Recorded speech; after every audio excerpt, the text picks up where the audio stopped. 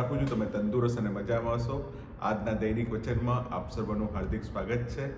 આજે સવારના સમયે હું તમારી પાસે એક પ્રશ્ન લઈને આવ્યો છું. થોડા દિવસો પહેલાં આપણે ઈસ્ટર એટલે રિઝરેક્શન સન્ડે, ઈસુ ખ્રિસ્ત પુનરુત્થાન પામ્યા છે, મૃત્યુમાંથી સજીવન થયા છે, તે આપણે ઉજવ્યું છે. અને હું તમને પ્રશ્ન પૂછવા માંગુ છું, ઈસ્ટર પછી તમારું જીવન કેવું છે? ઈસ્ટર પછી તમારા જીવનમાં શું થઈ રહ્યું છે? કેમ કે આ પ્રશ્ન આપણને બધાને લાગુ પડે છે. બાઇબલ એમ કહે છે, પ્રેરિતોના કૃત્યો એનો પહેલો અધ્યાય એની 3જી કલમમાં પ્રમાણે કહેવામાં આવ્યું છે, book of x chapter 1 versus 3 મરણ થયા પછી તેમણે સજીવન થયાની ઘણી સાબિતી આપી અને 40 દિવસ દરમિયાન તેઓને એટલે તેમના શિષ્યોને દર્શન આપતા અને ઈશ્વરના રાજ્ય વિશેની વાતો કહેતા. પ્રેરિતોના કૃત્યો 1 અને 3 સ્પષ્ટપણે જણાવે છે ઈસુ ખ્રિસ્ત મૃત્યુમાંથી સજીવન થયા છે. એ માગદલાની મરિયમ અને બીજી સ્ત્રીઓને જઈને કહે છે, તમે જાઓ ને જઈને મારા શિષ્યોને કહો કે હું મૃત્યુમાંથી પાછો ઉઠ્યો છું ને હું તેઓને ગાલિલમાં મળીશ. પણ ઈસુના શિષ્યો આ બિલીવ કરવાને, આ સ્વીકારવાને તૈયાર નથી. અને માટે બાઇબલ કહે છે કે મરણ થયા પછી, દુઃખ થયા પછી પ્રભુ ઈસુ ખ્રિસ્ત મૃત્યુમાંથી પાછા ઉઠ્યા છે, સજીવન થયા છે. તેની ઘણી બધી સાબિતી, તેના ઘણા બધા પ્રમાણ અથવા તેનું ઘણું બધું પ્રૂફ છે તે તેના શિષ્યોને આપે છે. આજે આપણે પણ પ્રભુ ઈસુના શિષ્યોથી કંઈ ઓછા નથી. આપણે ઈસ્ટર મનાવી છે, આપણે ગુડ ફ્રાઈડે મનાવ્યો છે, પામ સન્ડે મનાવ્યો છે, પણ એના પછી ખરેખર આપણા જીવનમાં શું ફેરફાર છે? આપણા જીવનમાં એના જ પ્રોબ્લેમો છે, આપણા જીવનમાં એની એ ચિંતાઓ છે, આપણા જીવનમાં એની એ સમસ્યા છે, આપણા જીવનમાં એના એ જ પાપનું બંધન છે. અને પ્રભુ ઈસુ ખ્રિસ્ત આજે તમને ને મને એ ઘણી બધી સાબિતી આપવાને માંગે છે. જેમ પ્રભુના શિષ્યોને સાબિતીની જરૂર હતી કે તે મૃત્યુમાંથી સજીવન થયા છે, અને પ્રભુ ઈસુ ખ્રિસ્ત બહુ પેશન્ટલી, બહુ ધીરજપૂર્વક તેના શિષ્યોને 40 દિવસ સુધી તેઓને સાબિતી આપે છે, દર્શન આપે છે. वो उनको प्रकट होता रहा, ही वॉज अपियरिंग टू ધેમ, અને તેઓને પ્રભુના રાજ્યની વાત પ્રગટ કરતો હતો. થોડા દિવસો પહેલાં 1 એપ્રિલે આપણા ચેરમેન સાહેબે પણ આ વિષયમાંથી એક સંદેશ આપ્યો હતો, અને આજે હું એ જ વિષયમાંથી ફરી એકવાર સંદેશ આપવાને માગું છું. યોહાનની સુવાર્તા તેનો 20મો અધ્યાય તેની 19મી કલમથી આપણે જોઈએ.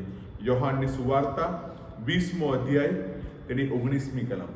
18મી કલમમાં યોહાન 20 અને 18માં એમ લખવામાં આવ્યું છે, માગદલિની મરિયમે આવીને શિષ્યોને ખબર આપીને કહ્યું, મેં પ્રભુને જોયા છે અને તેમણે મને એ વાતો કહી છે. માગદલિની મરિયમને પ્રભુ ઈસુ ખ્રિસ્ત મળે છે કબરના દ્વારે. એ તેમને માળી તરીકે ઓળખે છે અને ઈસુ તેને કહે છે, તું જઈને મારા ભાઈઓને કહે. અને જ્યારે માગદલિની મરિયમ શિષ્યોને આ ખબર આપે છે કે પ્રભુ ઈસુ ખ્રિસ્ત તો મૃત્યુમાંથી પાછા ઉઠ્યા છે, સજીવન થયા છે, ત્યારે એ શિષ્યો કંઈ રિએક્ટ કરતા નથી. એમને કહે છે કે પ્રભુએ મને આ વાતો કહી છે અને પ્રભુને મેં જોયા છે. પણ આ લોકો કંઈ જવાબ આપતા નથી.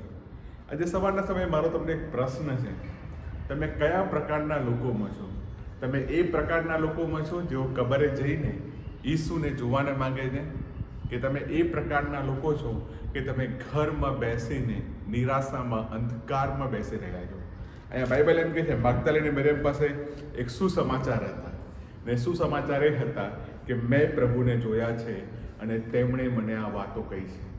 જે લોકો પુનરુત્થાન પામેલા પરમેશ્વરને મળે છે, તેમની પાસે એક સાક્ષી હોય છે, હું પ્રભુને મળ્યો છું, મેં પ્રભુને જોયા છે અને એને પ્રભુએ મને આ વાતો કહી છે. તમારા પાસ્ટરે નહીં, તમારા ચર્ચે નહીં, અથવા કોઈ બીજા કોઈ વ્યક્તિએ નહીં, પણ તમારું પ્રભુની સાથે એક એન્કાઉન્ટર થવું જોઈએ, તમારા પ્રભુની સાથે એક ઘણી મુલાકાત થવી જોઈએ, અને એ તમને જે બાબતો કહે છે એ સુવાર્તા તમારે લોકોની પાસે જઈને શેર કરવાની છે. 19મી કલમમાં આપણે આવીએ. યોહાન 20 અને 19માં લખવામાં આવ્યું છે, ત્યારે તે જ દિવસે એટલે અઠવાડિયાના પહેલા દિવસે સાંજ પડે શિષ્યો જ્યાં ભેગા થયા હતા ત્યારે બારણા યહૂદીઓના ભયથી બંધ કરવામાં આવ્યા હતા. ત્યારે ઈસુ આવ્યા અને તેઓના વચમાં ઊભા રહીને તેઓને કહે છે, તમને શાંતિ થાવ. અહીંયા એ જ દિવસે, જે દિવસે પ્રભુ ઈસુ ખ્રિસ્ત ઉઠે છે, સાંજનો સમય છે. માગદલિની મરિયમ અને બીજી બહેનો તેમને કહે છે, પ્રભુ ઈસુ ખ્રિસ્ત અમને મળ્યા છે અને તે પાછા ઉઠ્યા છે. પણ શિષ્યો આ વાતને બિલીવ કરતા નથી. એમને આ વાતથી કોઈ ફેર પડતો નથી, કેમ કે એમનું મન, એમનું દિલ તો ભયથી, ડરથી, ચિંતાથી ભરાયેલું છે. એમને ભવિષ્યની ચિંતા હશે કે મારા ગુરુ નથી અમારી પાસે, અમે શું કરીશું. એમને એ ચિંતા હશે, અમે બધું મૂકીને ઈસુની પાછળ ગયા હતા, અત્યારે ઈસુ અમને મૂકીને વયા ગયા છે અને હવે ક્યાં છે એમને ખબર નથી. એમના મનમાં ઘણી બધી બાબતો ચાલતી હતી. અને તેઓ જે સૌથી મોટો સુસમાચાર છે, પ્રભુ ઈસુ ખ્રિસ્ત મૃત્યુમાંથી સજીવન થયા છે, તેઓ ગણકારવાને અથવા બિલીવ કરવાને, સ્વીકારવાને તૈયાર નથી. મારા વાલા ભાઈઓ બહેનો, આજે આવું આપણા જીવનમાં પણ થઈ રહ્યું છે. આપણે ભલે ઈસ્ટર ઉજવીએ, આપણે ભલે લોકોને હેપી ઈસ્ટર કહીએ, એકચ્યુઅલી ઈસ્ટર જેવો કોઈ શબ્દ નથી, પણ રિઝરેક્શન સન્ડે એટલે ઈસુ મૃત્યુમાંથી જીવિત ઉઠ્યા છે, પુનરુત્થાનનો રવિવાર છે. અને આપણને ખબર છે કે ઈસુ મૃત્યુમાંથી સજીવન થયા છે, પણ એ સજીવન થાય કે ના થાય એનાથી આપણને કોઈ ફરક પડતો નથી. ઈસુના સજીવન થવાથી આપણે એમ માનીએ છીએ, મને શું ફરક પડવાનો છે, મને શું લાગવાનું છે. ઈસુને જન્મ લેવા દો, ઈસુને પામ સન્ડેના દિવસે યરુશલેમમાં પ્રવેશ કરવા દો, એને ક્રૂસ પર મરવા દો અને એના ત્રીજા દિવસે સજીવન થવા દો. બસ મારું જીવન આટલું જ છે, એના આગળ મારું જીવન કંઈ નથી. એ પરમેશ્વર તમારી મુલાકાત કરવાની માંગે છે. અહીંયા ઈસુ એ ડરેલા, ભાંગેલા, તૂટેલા, નિરાશ, હતાશ શિષ્યોની મુલાકાત કરે છે. બાઇબલ કહે છે ઘરના દરવાજા તો યહૂદીઓના ભયથી બંધ કરવામાં આવ્યા હતા. તેઓએ ખાલી પોતાના ઘરના દરવાજા નહીં, પણ પોતાના હૃદયના દરવાજા પણ પ્રભુ ઈસુ ખ્રિસ્તના માટે બંધ કર્યા હતા. તેઓના કાન વિશ્વાસના શબ્દો માટે બંધ કર્યા હતા. વિચાર કરો કે ઈસુની કબર ખુલ્લી છે, ઈસુ અત્યારે કોઈ બંધનમાં નથી, ઈસુ મૃત્યુ પર, પાપ પર અને શૈતાનના હરેક પરાક્રમ પર વિજય હાસિલ કર્યો છે. પણ આ શિષ્યો છે જે અત્યારે ડરના, ભયના, ચિંતાના, નિરાશાના અને બીજી ઘણી બધી બાબતોના બંધનમાં છે. તેઓ વિશ્વાસના શબ્દો, તેઓ જે સત્ય છે એને સ્વીકારવાને તૈયાર નથી. અને તમારી ને મારી સાથે પણ શૈતાન આ જ કામ કરી રહ્યો છે. આપણે ચર્ચમાં જઈએ છીએ, આપણે આરાધના કરીએ છીએ, આપણે પ્રાર્થના કરીએ છીએ, પણ અંદરથી આપણે આપણી જાતને બંધ કરી છે, અંદરથી આપણે આપણી જાતને લોકડાઉન કરી છે અને આપણને શું છે તે ખબર પડતી નથી. બાઇબલ કહે છે ઈસુ તેઓની મધ્ય આવ્યા. દરવાજા બંધ હતા, પણ એ પરમેશ્વર છે માટે ઈસુ તેઓની મધ્ય આવે છે, તેઓની વચમાં ઊભા રહે છે. 11 શિષ્યોની મધ્યે પ્રભુ ઈસુ ખ્રિસ્ત ઊભા રહે છે અને તેઓને કહે છે તમને શાંતિ થાઓ. ઈસુ તેમને કોલ કરતા નથી. તમે વિચાર કરો કે આપણે દવાખાનામાં હોય, આપણે હોસ્પિટલમાં હોય, આપણે મોટી સર્જરી થઈ હોય અને આપણા મિત્રો, આપણા સગાવાલા, આપણા પાડોશી આપણને મળવાને ના આવે તો તમને કેવો ગુસ્સો આવે. તમે જ્યારે એમને પહેલી વાર મળશો તો બહુ રિએક્શન શું હશે? તમે એમના પર ખુશ નહીં થાઓ, તમે એમની જોડે વાત નહીં કરો, તમે એમની સાથે બહુ નારાજ થશો, દુઃખી થશો.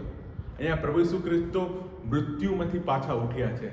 કાલવારીના ક્રૂસ પર તેઓ એ સમયે એકલા હતા, તો પણ જ્યારે શિષ્યોને તેઓ મળે છે, ઈસુના શિષ્યો કબર પર જતા નથી, એ બહેનો છે જે સવારે ઉઠીને કબર પર જાય છે અને એ પ્રભુના શબને સુગંધી દ્રવ્યોથી ચોડવાને માંગે છે. શિષ્યોનો તો કંઈ રોલ જ નથી તેમાં. પણ જ્યારે પ્રભુ મૃત્યુમાંથી સજીવન થયા બાદ પહેલી વાર તેના શિષ્યોને મળે છે, એમની પાસે કોઈ કમ્પ્લેન નથી, એમની પાસે કોઈ કહેવાની બાબતો નથી, પણ એ એક વસ્તુ જાણે છે કે મારા શિષ્યો ડરેલા છે, મારા શિષ્યો ભાંગેલા છે, તેઓ તૂટેલા છે, તેઓ હતાશ છે, તેઓ નિરાશ છે અને તેમને એક વસ્તુની જરૂર છે અને એ પરમેશ્વરની શાંતિની જરૂર છે. આ મારા વાલા ભાઈઓ બહેનો, આજે આપણામાંના ઘણા બધા વિશ્વાસીઓનું જીવન એવું છે. આપણે પ્રભુની આરાધના કરીએ, પ્રાર્થના કરીએ, વચન વાંચીએ, પણ આપણે અંદરથી તૂટેલા, હારેલા, કમજોર મહેસૂસ કરીએ છીએ. આપણે કોઈ ને કોઈ બાબત એવી છે કે જે આપણને દબાવે છે અને આપણે ઉપર ઉઠીને આપણા ભવિષ્યને જોઈ શકતા નથી, આપણે આપણી ભવિષ્યની બાબતોને જોઈ શકતા નથી અને એ બધી બાબતો આપણને દબાવે છે. પણ ઈસુ તેઓની વચ્ચે તેઓને કહે છે તમને શાંતિ થાઓ. અહીંયા ઈસુ કઈ શાંતિની વાત કરતા હતા? યોહાનનો 14મો અધ્યાય એની 27મી કલમમાં લખવામાં આવ્યું છે, મારી શાંતિ હું તમને આપીને જાઉં છું, જેમ જગત આપે છે તેમ હું તમને આપતો નથી. તમારા હૃદયોને વ્યાકુળ થવા ના દો અને બીવા પણ ના દો. યોહાનના 14મા અધ્યાયમાં ઈસુ સ્પષ્ટપણે કહે છે હું મારી શાંતિ તમને આપું છું. જગત આપે છે તેમ હું આપતો નથી, પણ હું મારી શાંતિ તમને આપું છું. તમારે દીવાની અને ડરવાની જરૂર નથી. એ યોહાનનો 16મો અધ્યાય એની 33મી કલમમાં પ્રભુ ઈસુ ખ્રિસ્ત કહે છે, મારામાં તમને શાંતિ મળે માટે મેં વચનો કહ્યા છે. પ્રભુનું વચન બાઇબલ જ્યારે આપણે વાંચીએ છીએ ત્યારે આપણા જીવનમાં શાંતિ આપણને મળે છે. અને તે આગળ કહે છે, જગતમાં તમને સંકટ છે, જગતમાં તમને દુઃખ છે, જગતમાં તમને પરેશાની છે, પણ હિંમત રાખો, ધીરજ રાખો, આ જગતને મેં જીત્યું છે. મારા વાલા ભાઈઓ બહેનો, જે પરમેશ્વરે પાપને હરાયું, જે પરમેશ્વરે મરણને હરાયું, જે પરમેશ્વરે શૈતાનને હરાયો, એ પરમેશ્વરે આ જગતને જીત્યું છે.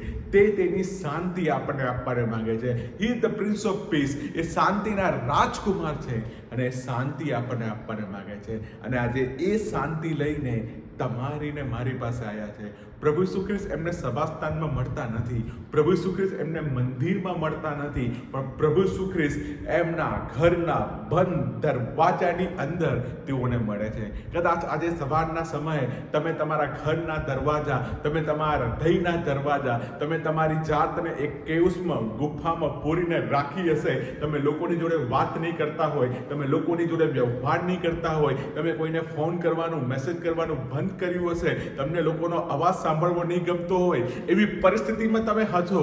પણ આજે સવારના સમયે એ પ્રભુ એ તમારા બંધ દ્વારની મધ્યે પણ તમને મળવાને માંગે છે. એ કોઈ કમ્પ્લેન લઈને તમારી પાસે આવ્યા નથી કે તે કેમ આ ના કર્યું, પણ એ પરમેશ્વર એની શાંતિ તમને આપવાને માંગે છે.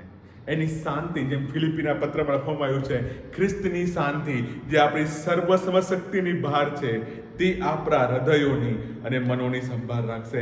એ પરમેશ્વર એની શાંતિ તમને આપવાને માંગે છે.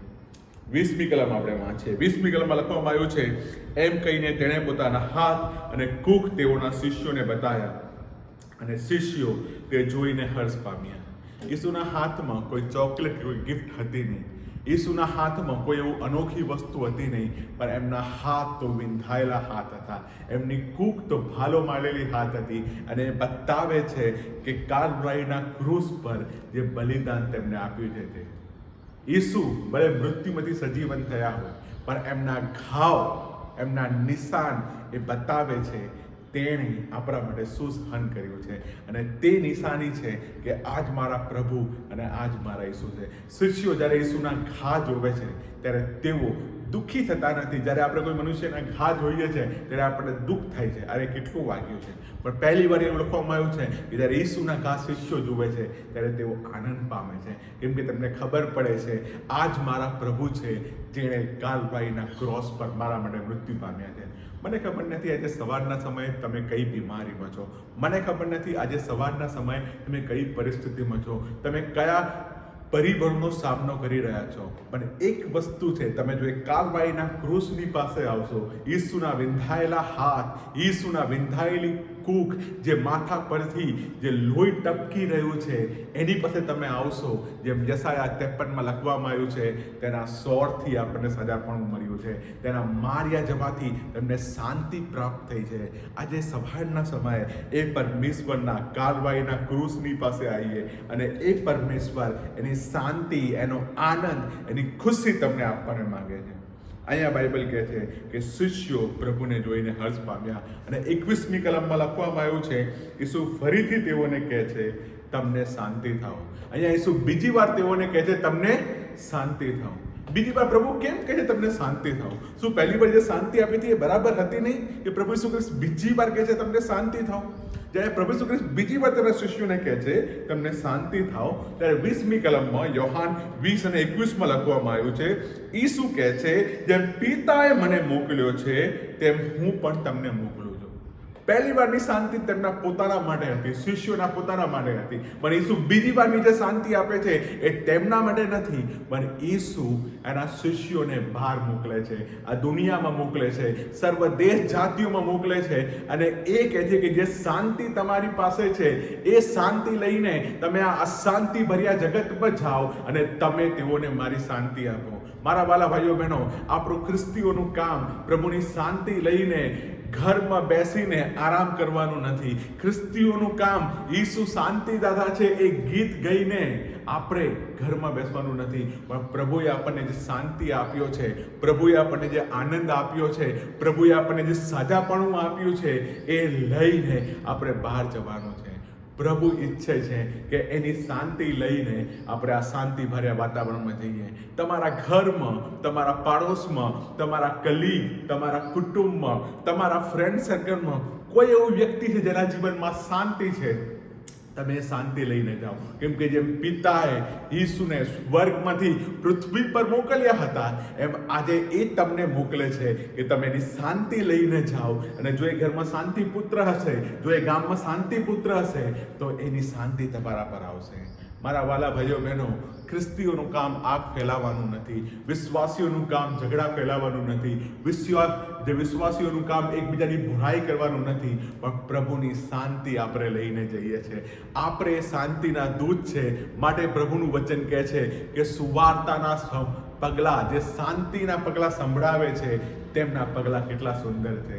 આ શાંતિરૂપી સુવાર્તારૂપી જોડા પ્રભુએ આપણને આપ્યા છે કે જ્યારે આપણે સુવાર્તા લઈને જઈએ છીએ, ગોસ્પલ લઈને જઈએ છીએ, સુસમાચાર લઈને જઈએ છીએ, ત્યારે સુવાર્તાના શાંતિરૂપી જોડા લોકોના જીવનમાં શાંતિ લઈને આવે છે. પ્રભુ 22મી કલમમાં લખવામાં આવ્યું છે, તેણે તેઓના પર શ્વાસ ફૂંક્યો અને તેઓને કહ્યું, તમે પવિત્ર આત્મા પાઓ. પ્રભુ ખાલી તેઓને શાંતિ આપતા નથી, પ્રભુ અહીંયા બીજી એક યુનિક વસ્તુ કરે છે. પોતાનો શ્વાસ એના શિષ્યો પર ફૂંકે છે, પોતાની રૂહ પોતાના શિષ્યો પર ફૂંકે છે. અને આ વસ્તુ મને યાદ અપાવે છે જ્યારે પ્રભુએ આદમને બનાવ્યો ઉત્પત્તિ 1માં, ત્યારે પ્રભુ આદમના પર પણ પોતાનો શ્વાસ ફૂંકે છે. અને આદમના પર જેવો પ્રભુ પોતાનો શ્વાસ ફૂંકે છે, આદમ જીવિત પ્રાણી થાય છે. મારા વાલા ભાઈઓ બહેનો, આદમને નસકોરામાં પ્રભુએ જીવનનો શ્વાસ ફૂંક્યો અને માટીમાંનું માણસ સજીવ પ્રાણી થયું. આજે તમે ને હું બહારથી તો જીવીએ છીએ, આપણે અંદરથી મરેલા છે. અને જ્યાં સુધી એ પવિત્ર આત્માનો શ્વાસ, એ પવિત્ર આત્માની આંધી આપણા જીવનમાં નહીં ફૂંકાવવામાં આવે, ત્યાં સુધી આપણે જીવિત નહીં થઈએ. પવિત્ર આત્મા છે તે આપણા જીવનને બદલશે. પવિત્ર આત્મા છે એની આંધી હરેક તોફાનને શાંત કરશે. જેમ હજકીએલને પ્રભુ સૂકા હાડકાની ખીણમાં લઈ જાય છે, હજકીએલને પ્રભુ કહે છે પ્રબોધ કર, અને પવિત્ર આત્મા આવે છે, પ્રભુનો આત્મા આવે છે અને સૂકી હાડકાની ખીણમાંથી એક મોટી સેના તૈયાર થાય છે. આ વસ્તુ ખાલી તમે ને હું નહીં, પણ પવિત્ર આત્મા કરી શકે છે. જે પવિત્ર આત્મા ઉત્પત્તિ 1 અને 2 કહે છે કે જળનિધિ પર અંધારું હતું અને પૃથ્વી અસ્તવ્યસ્ત અને ખાલી હતી, પ્રભુનો આત્મા પાણી પર હાલતો થયો અને એક નવી સૃષ્ટિનું સર્જન થયું. આજે એ જ પવિત્ર આત્મા તમારા જીવનોને, તમારી ને મારી મંડળીઓને, તમારા ને મારા કુટુંબોને અને તમારી ને મારી પરિસ્થિતિને બદલી શકે છે. આપણને પવિત્ર આત્માની જરૂર છે. અને છેલ્લે ઈસુ 23મી કલમમાં તેઓને કહે છે, જેઓના પાપ તમે માફ કરો છો, તેઓના પાપ માફ કરવામાં આવે છે, અને જેઓના પાપ તમે કાયમ રાખો છો, તેઓના પાપ કાયમ રાખવામાં આવે છે. ખાલી શાંતિની સુવાર્તાની વાત કરતા નથી, પણ સૌથી મોટો સંદેશ એ છે પાપની માફીનો સંદેશ. પ્રભુ કહે છે, જેના પાપ તમે માફ કરશો તેના પાપ માફ કરવામાં આવશે, પણ જેના પાપ તમે કાયમ રાખશો તેના પાપ તમને કાયમ રાખવામાં આવશે. એ વધસ્તંભ પર ઈસુએ યહૂદીઓને, રોમન સૈનિકોને પ્રભુની આગળ કહ્યું, પિતા જેઓ શું કરે છે તેઓ જાણતા નથી, તું તેઓને માફ કર. પ્રભુ અને ખ્રિસ્તી વિશ્વાસ આપણને માફીનો સંદેશ આપે છે, અને માફીનો સંદેશ લઈને આપણે લોકોની પાસે જવાનું છે. જો એ પાપોની માફીનો સંદેશ લઈને આપણે લોકોની પાસે નહીં જઈએ તો લોકોના પાપ માફ કરવામાં નહીં આવે. આજે પણ તમારા ને મારા શહેરમાં, તમારા ને મારા ગામમાં, તમારા ને મારા તાલુકામાં લાખો લોકો એવા છે એમને પાપોની માફીની જરૂર છે. એ તમારા પર ને મારા પર જવાબદારી છે કે આપણે તેઓના પાપ માફ કરીએ, કે આપણે તેઓના પાપ કાયમ રાખીએ. આપણે તેઓના પાપ માફ કરીએ કે આપણે તેઓના પાપ કાયમ રાખીએ. પ્રભુ ઈસુ ખ્રિસ્ત ખાલી આપણને શાંતિ આપવાને માંગતા નથી, પણ આપણે તેની શાંતિ લઈને બીજાઓની પાસે જઈએ, પવિત્ર આત્માનો અભિષેક લઈને બીજાઓની પાસે જઈએ, પાપની માફીની સંદેશ લઈને બીજાઓની પાસે જઈએ, કે જેથી તેની શાંતિ આપણે બીજાઓ પાસે વેચી શકીએ. આવો આપણે પ્રાર્થના કરીએ. સ્વર્ગીય પિતા, આજના સુંદર દિવસ માટે તમારો આભાર માનીએ છીએ. આજના દિવસમાં પેલી તમારી કૃપા માટે તમારો આભાર માનીએ છીએ. પ્રભુ, ખાસ કરીને જે વચન અમે યોહાન 20માંથી સાંભળ્યું છે કે તમે સજીવન થયા પછી કેવી રીતના તમારા શિષ્યોને મળતા હતા અને તમે સજીવન થયા છે તેમની સાબિતી આપતા હતા. પ્રભુ, અમે પ્રાર્થના કરીએ છીએ અમે પણ તમારા શિષ્યોથી કંઈ વધારે મહાન નથી પ્રભુજી. અમારી અંદર પણ ઘણી બધી ખામીઓ છે પ્રભુજી. પ્રભુ, દરેકને તમે જીવિત છો, તમે પુનરુત્થાન પામેલા છો, એના પરાક્રમની સાબિતીઓ અમારા જીવનમાં આપો પ્રભુજી, કે જેથી અમે તમારા અભિષેકને, તમારા પ્રેમને, તમારા સામર્થ્યને અને તમારી કૃપાને જાણીએ પ્રભુજી.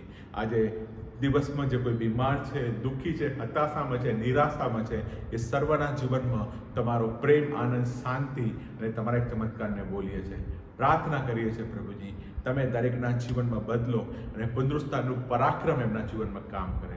તમારા પુત્ર ઈસુના નામથી માગું છું. આમેન.